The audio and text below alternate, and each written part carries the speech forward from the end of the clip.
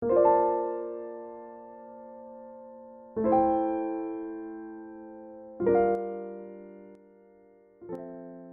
저는 에베소서 2장 8절과 9절의 말씀을 가지고 붕어빵이라고 하는 제목으로 하나님의 말씀을 함께 나누고자 합니다. 우리 성도님들 붕어빵 좋아하시나요?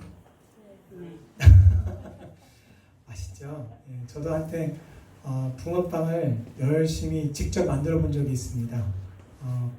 붕어빵을 여러분들이 붕어빵 장사가 장사하는 것처럼 그렇게 만들어서 판 게 아니라 전도를 위해서 붕어빵 기계를 사다가 붕어빵 반죽을 떼다가 팥을 떼다가 전도팀과 함께 만들어서 나눠드렸는데, 야, 세상에 붕어빵 싫어하시는 분이 아무도 없어요. 그래서 저희가 잠시 이렇게 그죠? 솜사탕이나 이런 다른 것들로 이렇게 전도를 활용을 해봤는데, 나는 사탕 안 먹습니다. 다른 거 안 먹습니다. 이러신 분들이 꽤 계시는데, 붕어빵은 세상에 지나가던 택시 운전자도요, 차를 세우고 그거 좀 주실 수 없어요? 라고 하는 분도 있는가 하면은, 심지어는 어떤 분은 저희들이 분명히 옆에 이렇게 배너를 예수님 붕어빵, 여러분 구원을 나눠드립니다 라고 하는 타이틀을 가지고 붕어빵을 그냥 드린다고 했는데도 어떤 분들은 쭈뼛쭈뼛 와가지고 아이 손잡고 와가지고 얼마예요? 이러시는 분들도 계시더라고요. 우리 성도님들도 붕어빵 좋아하시는 거예요. 자, 여러분 요즘 TV 프로그램의 대세가 이미 꽤 됐는데요. 관찰 다큐 프로라고 합니다. 그러니까 어떤 쇼라기보다는 있는 그대로를 관찰한 프로그램들을 내보내는 것. 이게 벌써 참 오래됐죠. 그러다 보니까 연예인들의 그 가정 이야기가 참 많이 방송이 됩니다. 그리고 가정 이야기가 방송이 되다 보니까 연예인들의 자녀들 얼굴이 많이 나와요.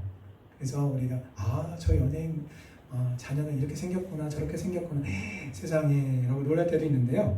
자, 그러다 보니까 참 재미있는 장면들을 보게 되는데, 우리나라 격투기 선수이자 방송인으로 활동하는 김동현 선수가 있습니다. 키 멀때같이 크고 이게 깍두기같이 이렇게 생긴 김동현 선수가 있는데요. 이 김동현 선수의 아버지, 그리고 김동현 선수 자신, 그리고 자기의 아들, 이 3대의 사진이 한 화면에 잡힌 적이 있습니다. 자, 한번 보시겠습니다. 1대가 김동현 선수의 아버지예요. 그리고 2대가 김동현 선수고요. 저 3대가 김동현 선수 아들입니다. 여러분 어떻게 생겼습니까? 이거는 1대, 2대, 3대가 아니라 그냥 어렸을 때, 청년 때, 나이 들었을 때 라고 말할 수 있을 정도로 어쩌면 저렇게 붕어빵, 정말 말 그대로 붕어빵이에요. 어떻게 했어요? 찍어놨어요.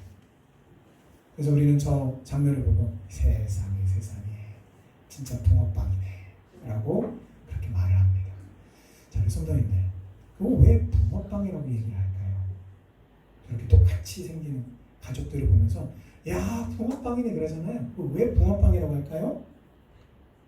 붕어빵은요, 서울에 가서 사도 그 모양, 자, 부산에 가서 사도 그 모양, 전국 어디를 가서 붕어빵을 사도요, 붕어빵 모양은 똑같아요. 왜 그렇습니까? 붕어빵을 만들어내는, 찍어내는 틀이 똑같기 때문에 그렇습니다. 여러분, 로마서 12장 2절 말씀입니다.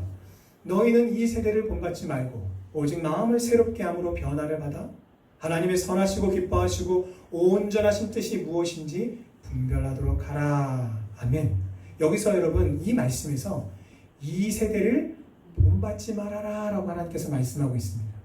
저 본받는다 라고 하는 그 단어의 의미가 어떤 뜻이냐면 바로 이 붕어빵과 같은 뜻이에요.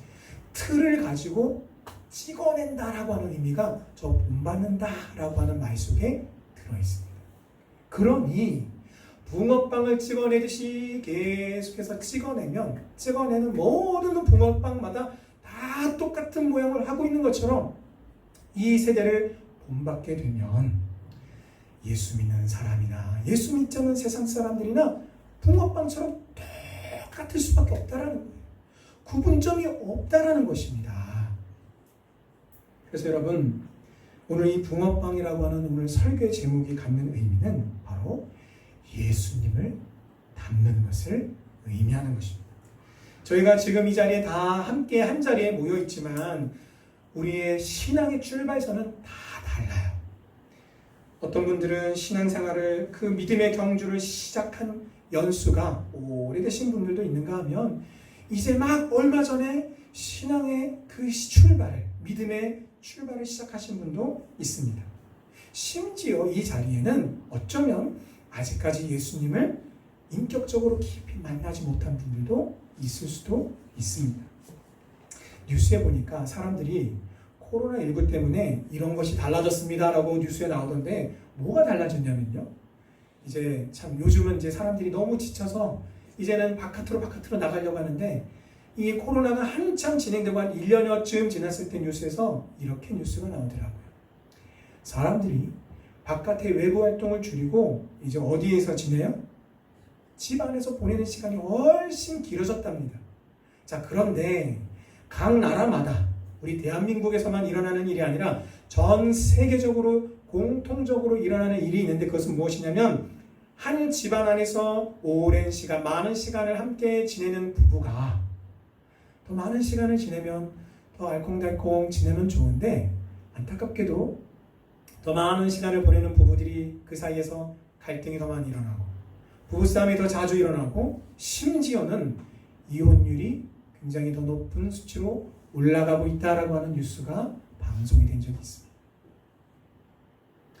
왜 그렇습니까, 여러분? 우리가 갈등을 대처하는, 위기 상황을 대처하는 방법이 달라지지, 개선되지 않은 상태에서 더 많은 시간을 한 자리에서 보내고 나니까 갈등의 상황과 위기의 상황이 계속해서 더 큰 위기를 만들어내는 것입니다. 그렇다면 이 모든 갈등의 상황 시에 여러분들은 지금까지 어떤 대처법을 가지고 대처해 오셨습니까? 그리고 여러분들이 지금까지 취해 오신 그 방법은 과연 효과적이었습니까? 아마 이 질문에 많은 분들이 예, 효과적이었습니다 라고 답변하실 것 같습니다.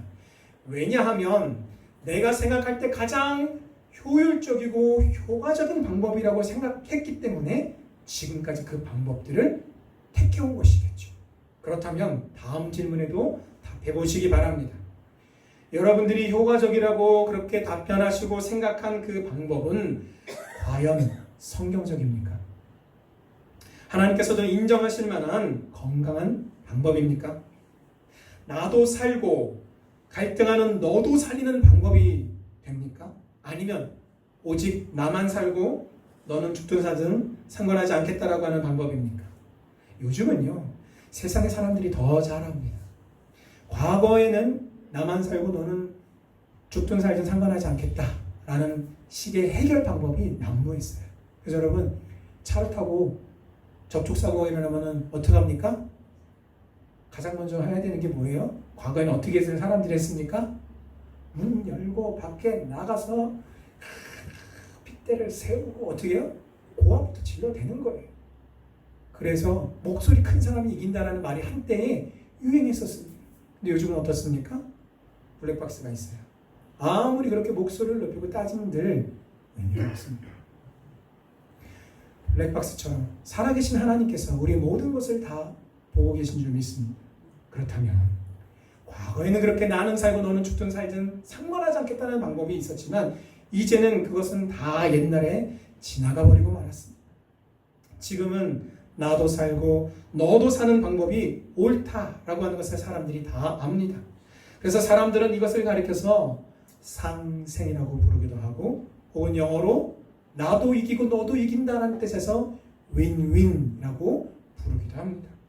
어쨌든 지금 여러분이 사용하시는 그 갈등 해결의 방식, 문제 해결의 방식이 하나님께서 인정하시는 성경적인 방법인가를 한번 고민해 보시기를 바랍니다. 우리는 누구나 다 인생을 살면서 갈등을 겪습니다. 문제 없는 인생은 없습니다. 갈등 없는 인생은 없습니다. 우리 인생에 왜 갈등이 없겠습니까? 살다 보면 이견이 있을 수도 있고 또 갈등과 다툼이 있을 수도 있습니다. 문제는 그런 것들 그 자체로 그것을 악하다라고 말할 수가 없는 것이에요. 그러나 그것을 해결하는 방식에 있어서 예수님이 선택하신 방식을 우리가 택하고 취하지 않는다면 그것은 바로 하나님 보시기에 악한 것입니다. 하나님 보시기에 선한 해결 방법을 선택하는 우리 장락교 성도님들 다 되시기를 주님의 이름으로 축원합니다. 그런 측면에서 하나님은 우리에게 딱 두 가지만을 요구하세요. 첫 번째는 하나님을 사랑하는 것입니다. 그리고 두 번째는 이웃을 사랑하는 것입니다. 그런데 우리는 하나님을 사랑하는 데는 정말 큰 열심을 내면서도 이웃을 사랑하는 그 일에는 너무나 서툴다는 것입니다. 그러다 보니까 교회가 욕을 먹고 결국은 하나님의 영광이 가리워지는 일들이 발생하기도 합니다. 예배에 하나님을 사랑해서 그 예배에 얼마나 열심을 냈는지 불법 주차를 합니다. 불법 주차만 하는 게 아니라 불법 주차하면서 또 어떻게 해요? 번호판을 또 가려놔요. 그 번호판 가리는 것도 불법입니다. 길을 지나가는 사람들이 불법 주차된 차량 때문에 불편해서 어떻게 합니까? 교회를 욕하고 또 목사를 욕하고 성도들을 욕하고 나중에는 하나님까지 그렇게 비난을 받게 하는 그런 안타까운 일들이 벌어집니다. 그런데 이런 일들이 한 번, 두 번 계속해서 반복이 되면서 쌓여가면서 대한민국 안에서 한국의 교회가 선한 영향력을 잃어간다는 것이 정말 큰 문제인 것입니다. 제가 예전에 섬겼던 한 교회에서 이 주차 문제로 굉장히 어려웠던 적이 있습니다. 그러니까 조금 늦게 오면 주차장이 굉장히 넓은데도 불구하고 사람들이 성도님들이 많이 교회로 몰려오다 보니까 주차장이 항상 문제가 비좁은 문제가 발생을 했어요. 그래서 항상 주차위원들이 항상 수고를 많이 하셨습니다. 자, 그런데 문제가 뭐냐면 교회 옆에 커다란 공장이 하나가 있는데 이 공장으로 들어가는 그 출입구가 넓지 않았어요. 약간 좀 비좁다 싶은 출입구가 딱 한 군데가 있었는데 그 출입구로 큰 트레일러가 들어와서 여러 번 앞뒤로 왔다 갔다 해서 들어가서 공장에다가 짐을 내려야만 이제 공장이 돌아가는 그런 상황이었습니다. 아니 그런데 이 주차팀하고 계속 마찰이 있는 거예요. 그래서 제가 거기 교회 그 공장 사장님도 성도님이라고 하는데 다른 교회 성도님이신데 그런 거 가지고 이렇게 많이 이렇게 시비를 걸고 많이 힘들게 하실까 원망하는 마음이 있었는데 제가 전후사 정역기를 가만히 듣고 보니까 이게 원망할 일이 아니에요. 그 출입구 딱 한가운데다가 아니 누가 자꾸 주차를 해놓고 가는 거예요. 사이드까지 딱 당겨놓고 주차를 해놓고 가는 거예요. 더더군다나 연락처도 없어요. 이제 공장 사람들은 이제 심증에 이거 분명히 교회 차다 이렇게 생각하는 거예요. 왜? 교회 예배 시간 끝나고 나면 쥐도 새도 모르게 차가 사라져 버리거든요. 근데 어느 날 전화번호가 있더래요. 그래가지고 계속 전화를 했는데 전화도 안 받아요. 그러던 어느 날 그래서 계속 갈등이 있었는데 어느 날 이 공장에서 전화를 했는데 아니 그날은 또 전화를 받더래요. 전화를 받더니 목이 마른 소리로 속삭이면서 예배 중이에요 이러더니 전화를 뚝 끊어버리더니 전화를 꺼버렸다는 거예요. 공장 사장님이 화가 있는 대로 밖에 큰 트레일러는 못 들어오고 밖에 대기하고 있고 여러분 예배 시간이 늦어서 하나님을 사랑하는 마음에 나 빨리 예배 드리러 가야 돼. 하나님 빨리 만나러 가야 돼. 하나님을 사랑하는 데는 지극정성인데 하나님 사랑만 해서는 안 돼. 내 이웃을 내 몸과 같이 사랑하는 일이 함께 가야 된다고 말씀하셨음에도 불구하고 이웃 사랑을 사랑하는 데 서투른 한국교회 모습이 바로 이와 같은 모습이 아니겠습니까? 문제는 습관입니다. 성도임에도 불구하고 예수 믿지 않는 사람들과 구분되는 모습이 혹시 우리 안에 없습니까? 우리의 삶 속에서 예수님의 향기로 구분이 되는 법이 없습니까? 직분자임에도 불구하고 여전히 우리의 생각과 말과 행동이 변하지 않고 있습니까? 예수님을 닮기 위한 성장통이 없이 내가 원래 갖고 있는 모습 그대로 변화하지 않고 있다면 그것은 잘못된 것입니다. 남자들은요 군대에 가서 일생일대의 큰 변화를 경험하게 됩니다. 다른 많은 이유가 있지만 가장 큰 이유는 뭐냐면 군대에 가면 습관, 규칙적인 생활을 한다는 것입니다. 늘 똑같은 시간에 잠자리에 들고 늘 똑같은 시간에 잠자리에서 일어나고 늘 똑같은 시간에 식사를 합니다.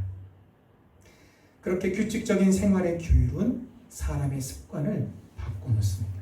그래서 결국은 생활의 습관이 바뀌면 그 사람의 삶이 달라지고 그 사람의 인생이 달라지게 되는 것입니다. 저와 여러분에게는, 우리 모두 각자에게는 삶의 방식이라고 하는 것이 있습니다. 그 방식이라는 것은 곧 삶에 대한 나의 생활 습관을 의미하는 것입니다. 여러분에게는 어떤 습관이 있습니까? 남자들에게는 보통 공통적인 생활 습관이 있습니다. 그것은 무엇이냐면요, 퇴근하면서 신발을 벗고 양말을 딱 이렇게 뒤집어 이렇게 벗으면서 아무데나 갖다 이렇게 탁 던지는 거. 이것 때문에 아내들이 굉장히 힘들어하고 불만이 많더라고요. 자, 하지만 저도 남자이지만 이 부분에서만큼은 굉장히 성실하게 빨래통에 예쁘게 집어넣는 사람 중에 한 사람입니다. 자, 지금 우리는 하나님께 영광을 돌리고 이웃을 사랑하는 참 모델이 되시는 예수님을 닮기 위해서 우리 삶의 방식, 즉 생활 습관이 변해야 한다라는 것을 지금 함께 나누고 있습니다. 자, 그리고 더불어 수십 년 혹은 수년의 신앙생활 속에서 나는 어떤 선택을 해왔으며 또 그 결과 어떤 습관을 내가 가지고 있는지, 예수님을 닮기 위한 몸부림이 있는지에 대해서 함께 고민해 보기를 원합니다. 우리 인생은 선택하는 인생입니다. 하나님은 에덴 동산에서도 우리로 하여금, 우리의 첫사람, 우리 인류의 대표자인 아담으로 하여금 선택하게 하셨습니다. 그러나 첫사람, 인류의 대표자로서의 아담의 선택은, 사람의 그 선택과 방법은 실패했습니다. 이것이 바로 첫 번째 실패입니다. 사람의 방법은 욕심이라고 하는 정욕을 따르는 것입니다. 하나님과 같이 된다라고 하는 정욕을 품자 하나님께서 먹기를 금하신 선과 악을 알게 하는 나무의 열매가 어떻게 보였습니까? 먹음직도 하고, 그 전까지 그렇게 보이지 않았어요. 하지만 그 마음에 정욕을 품게 되자 먹음직도 하고 보암직도 하게 보이게 되었다라는 것입니다. 그러므로 우리는 사람의 방법이 가지고 있는 그 모순을 멀리서 찾을 필요가 없습니다. 아담이 실패함으로 모든 인류가 죄 가운데 고통받고 있습니다. 이처럼 역사를 통해서 배울 수가 있는 것은 바로 교훈입니다. 잘못된 선택을 하지 않도록 역사를 통해서 배우는 것처럼 에덴 동산에서의 첫 번째의 실패를 거울 삼아서 우리는 사람의 방법을 택할 것이 아니라 하나님께서 오늘 우리에게 말씀하신 바와 같이 하나님의 방법을 선택해야 합니다. 사람의 방법은요, 해결은 안 되고요, 절제는 하게 할 수 있어요. 여러분, 성범죄를 저질러서 교도소를 갔다가 풀려난 범죄자가 발목에 그 전자발찌를 찬 채로 재범죄를 다시 저지릅니다. 범죄를 다시 저질러요. 왜 그렇습니까? 회복이라고 하는 것은요, 완전한 해결을 의미합니다. 그러나 여러분, 교도소에 갔다 온다고 해서 회복이 일어납니까? 전자발찌를 찬다고 해서 회복의 역사가 일어납니까? 아닙니다. 회복의 역사는 지속적인 은혜의 통치 속에서만 일어나는 것입니다. 성도인 우리도 마찬가지입니다. 하나님의 방법을 택하는 것만이 내 인생이 참으로 행복해지는 비결이며, 하나님의 지속적인 은혜의 통치가 내 안에 임할 때만이 우리는 비로소 하나님의 방법을 계속해서, 한 번이 아니라 지속적으로 반복해서 선택할 수가 있는 것입니다. 우리는 전심을 다하여 하나님의 방법을 선택해야 합니다. 그것이 의지적으로 지속이 되어야 합니다. 한국의 양궁 선수들이요, 관역의 정중앙을 맞추기 위해서 하루에 기본적으로 400발에서 500발의 화살을 날리는 연습을 한다고 합니다. 그리고 그 화살을 날릴 때에 맑은 날, 바람이 없는 날뿐만 아니라 바람이 부는 날에도 연습을 한대요. 그래서 바람이 이만큼 세게 불다면 그 바람에 맞춰서 어쨌든 관역의 정중앙을 맞추는 연습을 한다고 합니다.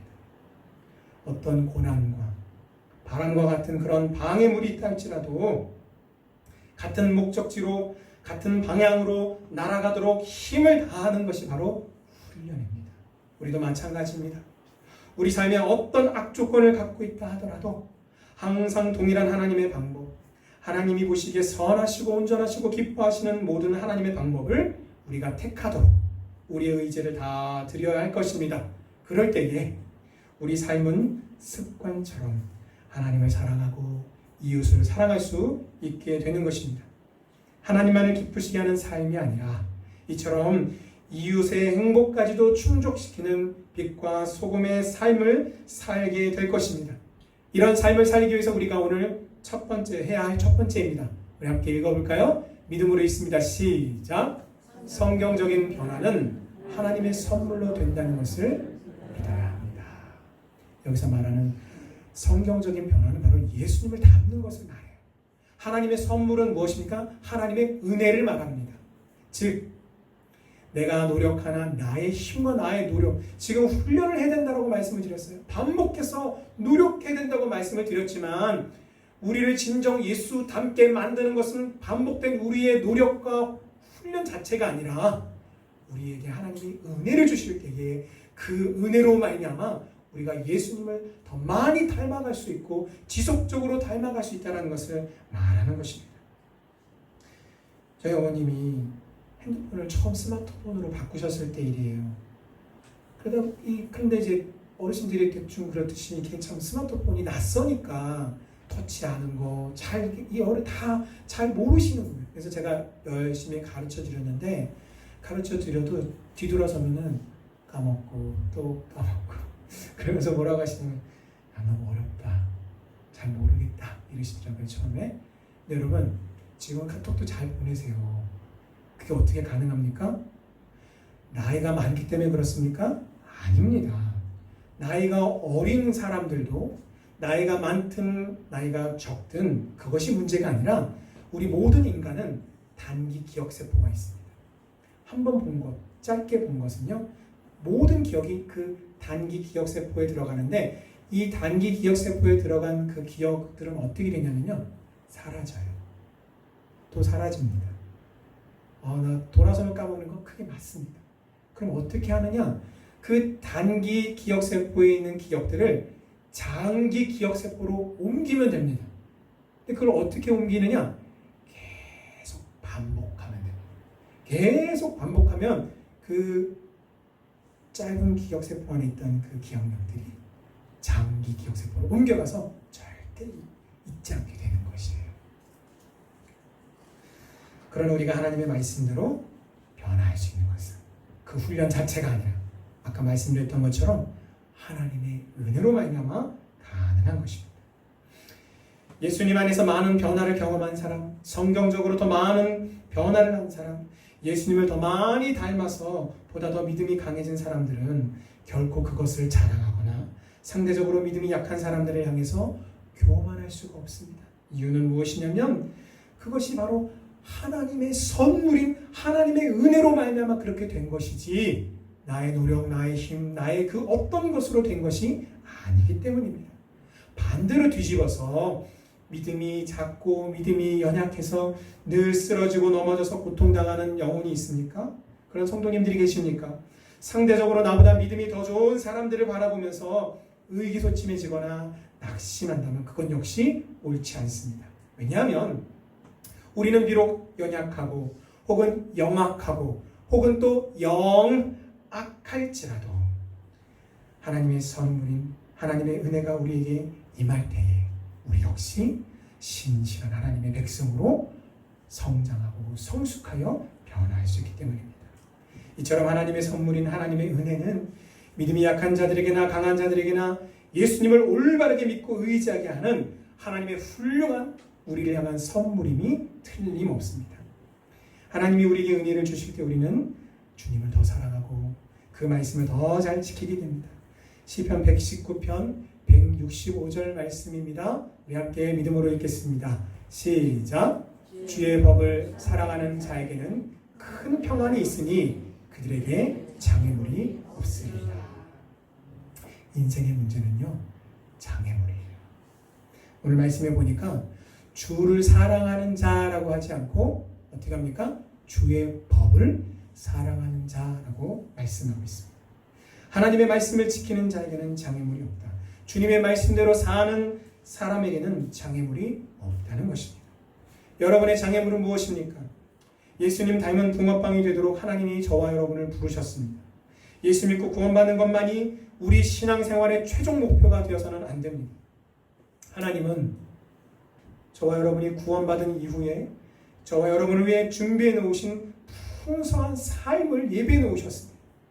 여러분, 성경적으로 우리가 변화하는 데 있어서 우리의 장애물은 무엇입니까? 의지 박약한 내 자신입니까? 아니면 결정적인 순간에 늘 주님보다 내 정욕과 세상을 향한 사랑이 더 크기 때문입니까? 이미 아니면 굳어버릴 대로 굳어버린 내 삶의 습관 때문입니까? 아니면 하나님의 방법을 선택하려고 하는 바로 그 순간에 역사하는 영적인 유혹과 시험이 있습니까? 아무리 유혹이 강해도 그것을 선택하는 바로 나 자신에게 책임이 있다는 것을 잊어서는 안 됩니다. 무엇을 핑계하고 누구를 원망하겠습니까? 선택은 내가 하는 것이고 내가 무엇을 선택하든 그 결과에 대한 책임을 내가 하나님 앞에서 져야 하는 것입니다. 사랑하는 성도 여러분, 하나님은 저와 여러분들을 위해서 하나님의 은혜를 예비해 놓으셨습니다. 그 은혜를 찾고 구하십시오. 하나님의 은혜를 구하는 기도로 준비하고 이 주일 예배에 임하시기를 바랍니다. 하나님은 그렇게 은혜를 사모하고 은혜를 구하는 영혼에게만 하나님의 은혜를 허락하십니다. 왜냐하면 하나님의 은혜는 싸구려가 아니기 때문입니다. 하나님의 은혜는 값진 것입니다. 귀하고 값진 하나님의 은혜를 사모하십시오.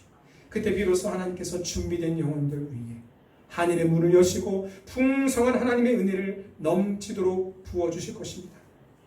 그러면 비로소 우리가 드리는 이 예배가 얼마나 복된 것인지, 우리가 이 드리는 예배 속에서 살아계신 하나님을 만나고 체험하게 될 것입니다. 내 삶을 향한 하나님의 뜻을 보다 더 명확하고 분명하게 이해하게 될 것입니다. 하나님의 임재를 누리고 그 가운데 우리의 육신의 연약함도 떠나감을 경험하게 될 줄 믿습니다. 우리 육신의 연약함뿐만 아니라 우리 마음과 영혼의 모든 문제들도 하나님의 강력한 은혜의 역사로 인하여 떠나가게 될 것입니다. 이런 은혜가 우리 성도님들에게 임하시기를 주님의 이름으로 축원합니다. 두 번째입니다. 우리 믿음으로 함께 읽겠습니다. 시작. 성경적인 변화를 위한 하나님의 계획은 예수 그리스도를 중심으로 합니다. 이걸 다시 말씀드리면, 아까 말씀드렸죠. 성경적인 변화는 뭐냐? 예수님을 닮는 거예요. 예수님을 닮기 위해서는 예수님을 나의 마음과 삶의 중심에 모셔야만 된다라는 것을 말하고 있는 것입니다. 일제 여러분들은 여러분의 삶을 위해 하나님이 준비하신 성경적인 변화를 위해서 하나님의 말씀과 계획대로 따르고자 하는 중대한 결단을 하셨습니다. 그러면 이러한 결단과 의지를 가지고 우리가 무엇을 해야 할까요? 그것은 바로 하나님이 예수 그리스도 안에서 보여주신 그 사랑에 대해서 우리가 반응하는 겁니다. 믿음으로 반응하는 겁니다. 예수님은 우리 영혼의 구세주이십니다. 우리가 우리 죄의 문제를 해결해 주신 예수님을 믿고 구원을 받는다라고 하는 것은요, 영생을 소유했다라는 것을 의미하는 것입니다. 그런데 이것을 오해하시는 분들이 계세요. 영생을 소유했다라고 하니까 이 땅을 떠나서 저 천국에 가서만 누리는 것을 영생을 누린다라고 그렇게 생각하시는 분들이 계시지만 그렇지 않습니다. 그 영생은요, 천국에 가서도 누리지만 우리가 예수 믿고 구원받아서 하나님의 백성으로 살아가는 이 땅에서의 삶 속에서도 누리는 것입니다. 예수님께서 말씀하셨습니다. 영생은 곧 참 하나님과 그를 보내신 이를 아는 것이다. 예수 그리스도를 인격적으로 경험하고 체험하는 것이 바로 영생을 누리는 것이다. 이렇게 말씀하셨습니다. 여러분, 목사님, 제가 구원받았는데 왜 나는 이럴까요? 왜 나는 이렇게 살까요? 왜 나는 내가 알고 있는 하나님의 말씀대로 살지 않고 왜 자꾸 내 마음대로 살려고 할까요? 여러분, 그것은 바로 믿음의 방법이 잘못되었기 때문입니다. 구원은 믿음으로 받습니다. 그리고 그 믿음이라고 하는 것조차도 하나님이 나에게 믿음을 부어주실 때만이 가능합니다. 다시 말씀드립니다. 구원은 믿음으로 받습니다. 더불어 구원의 목적은 영생입니다. 그러므로 구원을 얻었다는 것은 영생을 얻었다라고 말할 수 있는 것입니다. 여러분, 요한복음 10장과 10절에서 요한복음 10장 10절에서 주님이 말씀하신 말씀을 한번 보겠습니다. 도둑이 오는 것은 도둑질하고 죽이고 멸망시키려는 것뿐이요 내가 온 것은 양으로 생명을 얻게 하고 더 풍성히 얻게 하려는 것이라. 여러분, 이것은 말이 안 되는 것이에요. 문제는 우리가 이런 말이 안 되는 삶을 살고 있다는 것입니다. 예수님은 저와 여러분들을 향해서 구원 이후에 풍성한 삶을 예배해 놓으셨다고 하는데도 불구하고 우리는 여전히 그 풍성한 삶과는 거리가 먼 영적으로 늘 주님 앞에 말씀대로 순종하는 삶보다는, 승리하는 삶보다는 갈등하는 삶, 쓰러지는 삶, 넘어지는 삶을 살고 있다는 이것이 말이 안 된다는 것입니다. 앞과 뒤가 맞지 않는 삶을 실제로 살고 있다는 것이, 이것이 진짜 문제인 것입니다. 이것이 주님께 매우 큰 고통이에요. 주님의 마음을 아프게 드리는 것입니다. 여러분, 이런 일들이 왜 이렇게 벌어집니까? 아까 말씀드렸던 것처럼 믿음의 방법이 잘못되었기 때문입니다. 요한복음 17장 3절 말씀입니다. 함께 읽겠습니다. 시작. 영생은 곧 유일하신 참 하나님과 그를 보내신 자 예수 그리스도를 아는 것입니다. 천국에 가서 누리는 것입니다. 사는 것입니다가 아니라 하나님과 그를 보내신 자 예수 그리스도를 아는 것이다. 이 안다라고 하는 의미는요, 체험적으로 아는 것, 부부가 함께 살아가면서 서로를 알아가는 것을 의미하는 것입니다.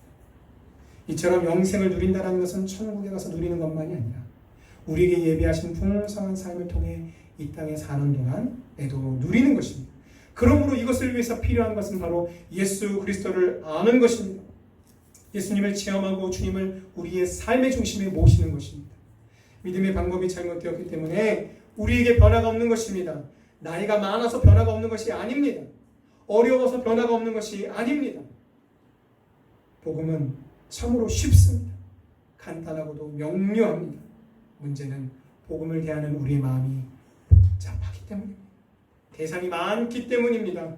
특실을 많이 재보기 때문입니다. 자기 중심적으로 살기 때문입니다. 손해를 보려 하지 않기 때문입니다. 용납하지 않으려 하기 때문입니다. 중심 되신 예수 그리스도를 여러분의 마음 중심에 모시기를 바랍니다. 예수를 믿는다면서도 마음 중심의 주님을 온전히 모시지 못했던 모든 날들을 회개하십시오. 나 자신의 수고와 노력으로 살아온 날들을 회개하시길 바랍니다.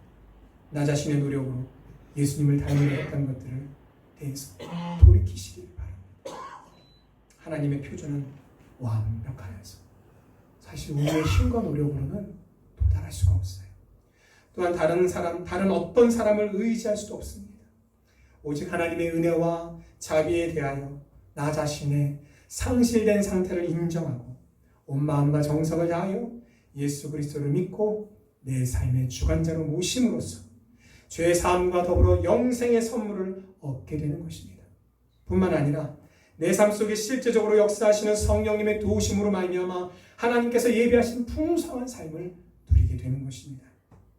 이처럼 하나님의 말씀은 우리의 삶의 모든 문제들을 푸는 데 있어서 충분합니다. 하나님이 말씀으로 천지 만물을 창조하셨기 때문입니다. 예수를 믿어도 중독자들의 중독은 여전히 남아있습니다. 왜냐하면 죄는 습관이기 때문입니다. 믿음이 좋았던 저의 군대 선임이 있었습니다. 군대에서 믿음의 후임이 오기를 간절히 하나님께 기도했던 믿음의 3인방 중에 한 분이세요. 저도 믿음의 선배들을 하나님께 주시기를 간절히 간구했을 때 믿음의 후배가 오기를 위해 기도로 함께 기도하셨던 세 분에게 믿음의 선배를 주시기를 간구했던 저를 다 그 부대로 보내셔서 만나게 해주셨어요. 그런데 그렇게 믿음이 좋으셨던 그 세 분 중에 한 분이 담배를 피는데 담배를 못 끊는 거예요. 어떻게 해요? 하나님 앞에서 자기가 담배 피는 것 때문에 괴로워하면서도 담배 끊기를 간절히 바라면서도 담배를 못 끊는 것 때문에 얼마나 괴로워하고 고통인지 모릅니다. 여러분, 이처럼 습관이란 아무 때나 자연스럽게 편안하게 무의식 중에 나오는 것이 바로 습관입니다.